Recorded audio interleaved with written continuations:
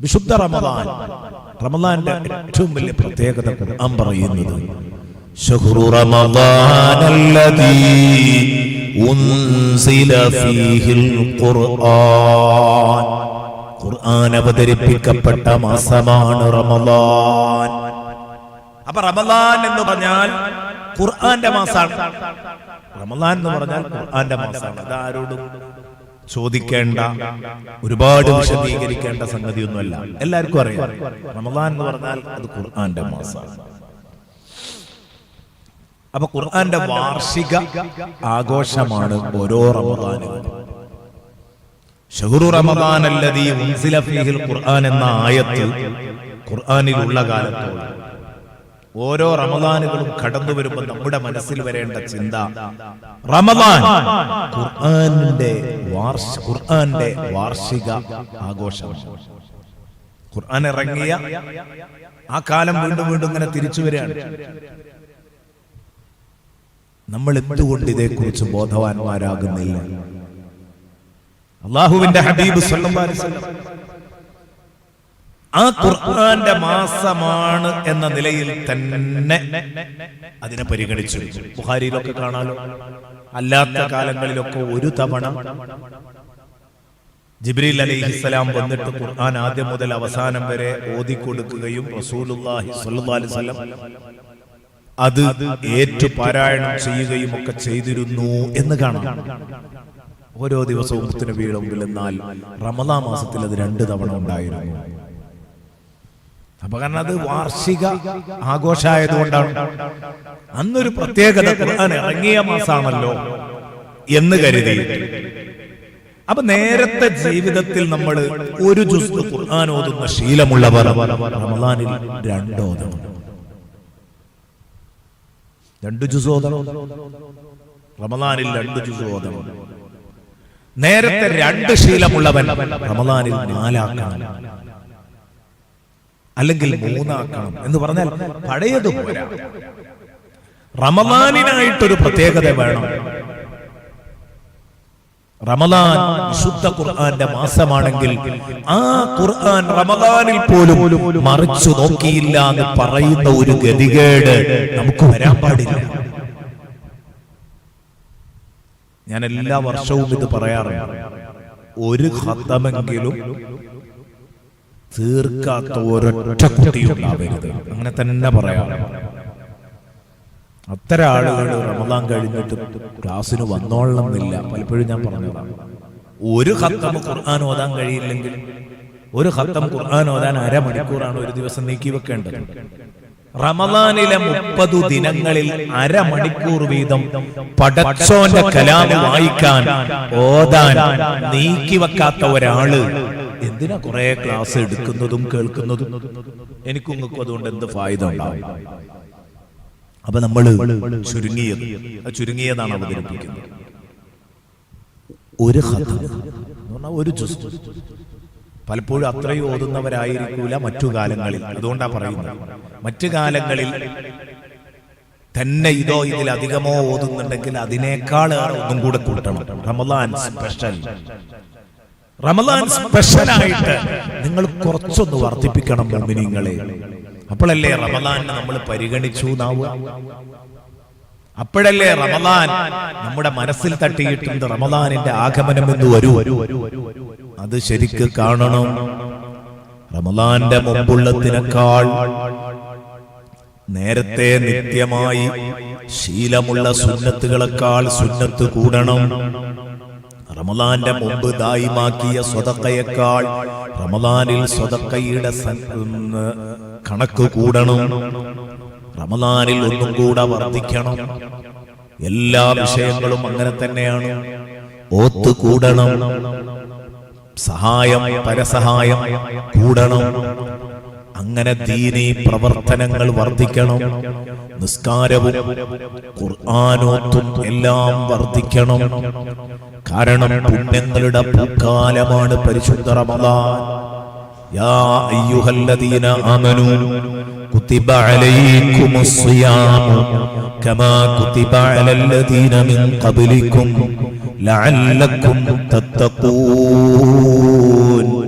അല്ലാഹു പറഞ്ഞു, വിശുദ്ധ റമദാൻ എന്തിനാണ് അല്ലാഹു നിശ്ചയിച്ചത്? നോമ്പിന്റെ മാസം. ലഅല്ലക്കും തത്തഖൂൻ, നിങ്ങൾ രണ്ടാമതൊന്ന് എണ്ണയിട്ടിറങ്ങാനാണ്. അല്ലേ? മെഷീന് രണ്ടാമതൊന്നും കൂടെ എണ്ണയിട്ട് ഇറങ്ങാൻ, ഒരു സർവീസ് കഴിഞ്ഞ് ഇറങ്ങുന്ന ഗുണാണ് റമദാൻ കഴിഞ്ഞിട്ട് ഇറങ്ങുമ്പോൾ ആത്മാവിന് കിട്ടേണ്ടത്. ഒരു സർവീസ് കഴിഞ്ഞ് വണ്ടി ഇറങ്ങുമ്പോൾ ഉള്ള അതേ ഗുണം റമദാൻ കഴിഞ്ഞ് ഇറങ്ങുമ്പോൾ നമ്മുടെ ആത്മാവിന് കിട്ടണം.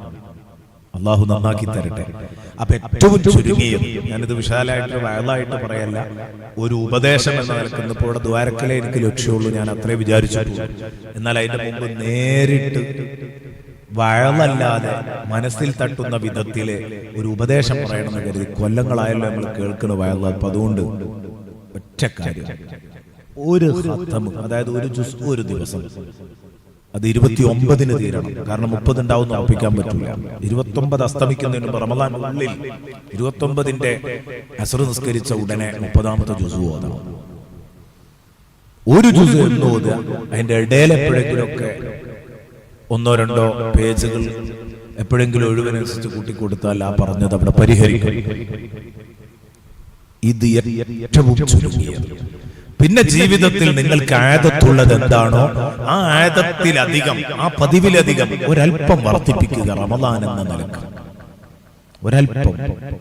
റമദാന്റെ മഹത്വം എന്റെ ഉമ്മത്ത് അറിഞ്ഞിരുന്നുവെങ്കിൽ മുത്തുനബി പറഞ്ഞു, ലൗ യഅലമുൻ നാസു മാ ഫീ റമദാൻ.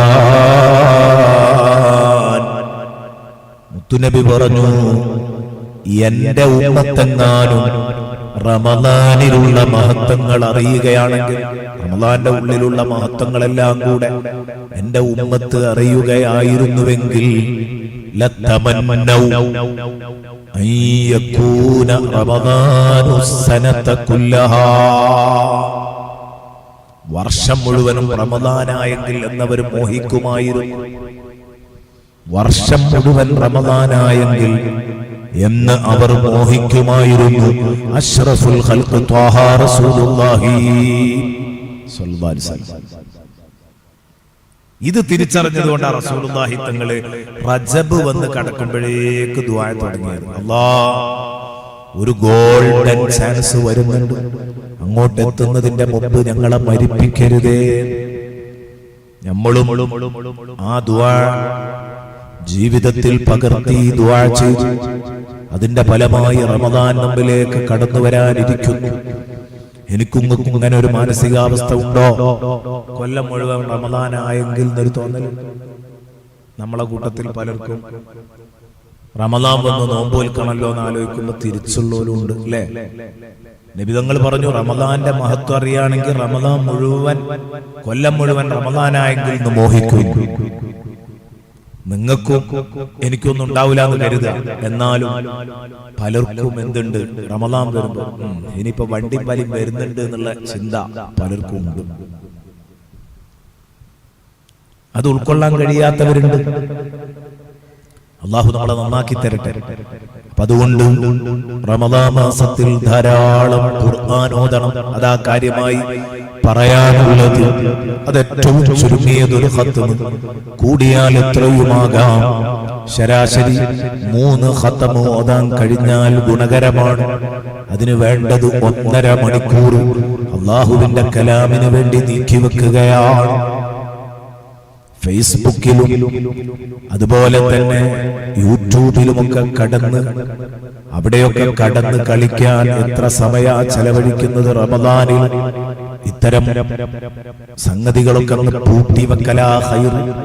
പ്രത്യേകിച്ചും നോൽക്കുന്ന നോമ്പ്, അതിന്റെ പ്രതിഫലം പൂർണ്ണമാകാൻ ഒന്നും കൂടെ നന്നാവുന്ന എനിക്ക് തോന്നുന്നത് എല്ലാം അങ്ങ് നിർത്തിവെക്കുക. സോഷ്യൽ മീഡിയ ആയിട്ടുള്ള ബന്ധങ്ങളൊക്കെ തൽക്കാലം പരിശുദ്ധ റമദാനിൽ ഒരു സ്റ്റോപ്പിംഗ് വരുത്തുകയാണെങ്കിൽ അത് ജീവിതത്തെ നല്ല പോലെ നമുക്ക് അതുവഴി പുഷ്പിപ്പിക്കാൻ കഴിയും, അതുവഴി ഉഷാറാക്കിയെടുക്കാൻ കഴിയും. എത്ര സമയമാണ് നമ്മൾ കൊന്നുകളയുന്നത്? സമയം കൊന്നുകളയുന്ന ശീലക്കാരാണ് നമ്മളിൽ പലരും. ഖുർആന്റെ ഒരു 1.5 മണിക്കൂർ കൊടുത്താൽ 3 ഖത്മ തീരും. അതൊരു വിഷയമല്ല. 1.5 മണിക്കൂർ ഇരുന്ന് ഒരു പക്ഷെ ഒരുമിച്ച് ചോദിക്കൊള്ളണമെന്നില്ല. അന്ന് ഖുർആൻ ഓതുന്നവർക്കൊരു ബുദ്ധിമുട്ടേ അല്ല കേട്ടോ. 5-6 മണിക്കൂർ റമദാനിൽ ഖുർആൻ ഓതുന്നവരുണ്ട്. അവരെ പറ്റിയല്ല ഈ ചർച്ച. പുതുതായിട്ട് ഖുർആനിലേക്ക് കടന്നു വരുന്നവരും റമദാനിൽ മാത്രം ഖുർആൻ എടുക്കുന്നവരും അവരോടൊക്കെയാണ് ഇത്ര ഞാൻ ഒഴിഞ്ഞൊഴിഞ്ഞ് പറയുന്നു. 1.5 മണിക്കൂർ 3 നിസ്കാരങ്ങളുടെ ശേഷം നമുക്ക് ഒഴിവുള്ള 3 നിസ്കാരം. ഇപ്പൊ സുബഹി നിസ്കരിച്ചാൽ എന്തായാലും 1 മണിക്കൂർ തന്നെ വേണമെങ്കിൽ ഖുർആൻ ഓതാൻ പറ്റും. അരമണിക്കൂർ എന്തായാലും ഒരു ജുസ്. പിന്നെ ളുഹറിന്റെ ശേഷം ഒരു പറ്റിയ സമയമായിരിക്കും, അപ്പോഴും ഓതാം. അസറിന്റെ ശേഷം പറ്റിയ സമയമായിരിക്കും, അപ്പോഴും ഓതാം. മഗ്രിബിന്റെ ശേഷം ഇശാന്റെ ശേഷം കഴിഞ്ഞോളുന്നില്ല, കാരണം മറ്റു തിരക്കുകൾ ഉണ്ടാവും റമദാൻ മാസത്തിൽ. നല്ലൊരു 3 സമയം നല്ല ഉഷാറാണ്. ഓരോ ജുസ് ഓരോ നിസ്കാരത്തിന്റെ ശേഷം ഓതുകയാണെങ്കിൽ 3 ഖത്മ ഓതിയ ഒരു സന്തോഷം ഉണ്ടാവും.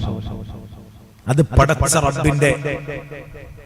റബ്ബിന്റെ സന്നിധിയിൽ അത് സമർപ്പിച്ചിട്ട് ദുആ ചെയ്യുമ്പോൾ അല്ലാഹു എങ്ങനെ മുഅ്മിനീങ്ങളെ നമ്മളെ തട്ടിക്കളയാ. അപ്പൊ ഒന്ന് ഖുർആൻ ഓതുക. അഫ്ളലു ഇബാദത്തി ഉമ്മത്തി തിലാവത്തുൽ ഖുർആൻ. എന്റെ ഉമ്മത്ത് ചെയ്യുന്ന ആരാധനകളിൽ ഏറ്റവും പ്രധാനപ്പെട്ടത് ഖുർആൻ പാരായണമാണ്. സയ്യിദുനാ റസൂലുള്ളാഹി. അപ്പൊ അതുകൊണ്ട് ഖുർആൻ ഓതുക. ചുരുക്കി പറയുന്നു,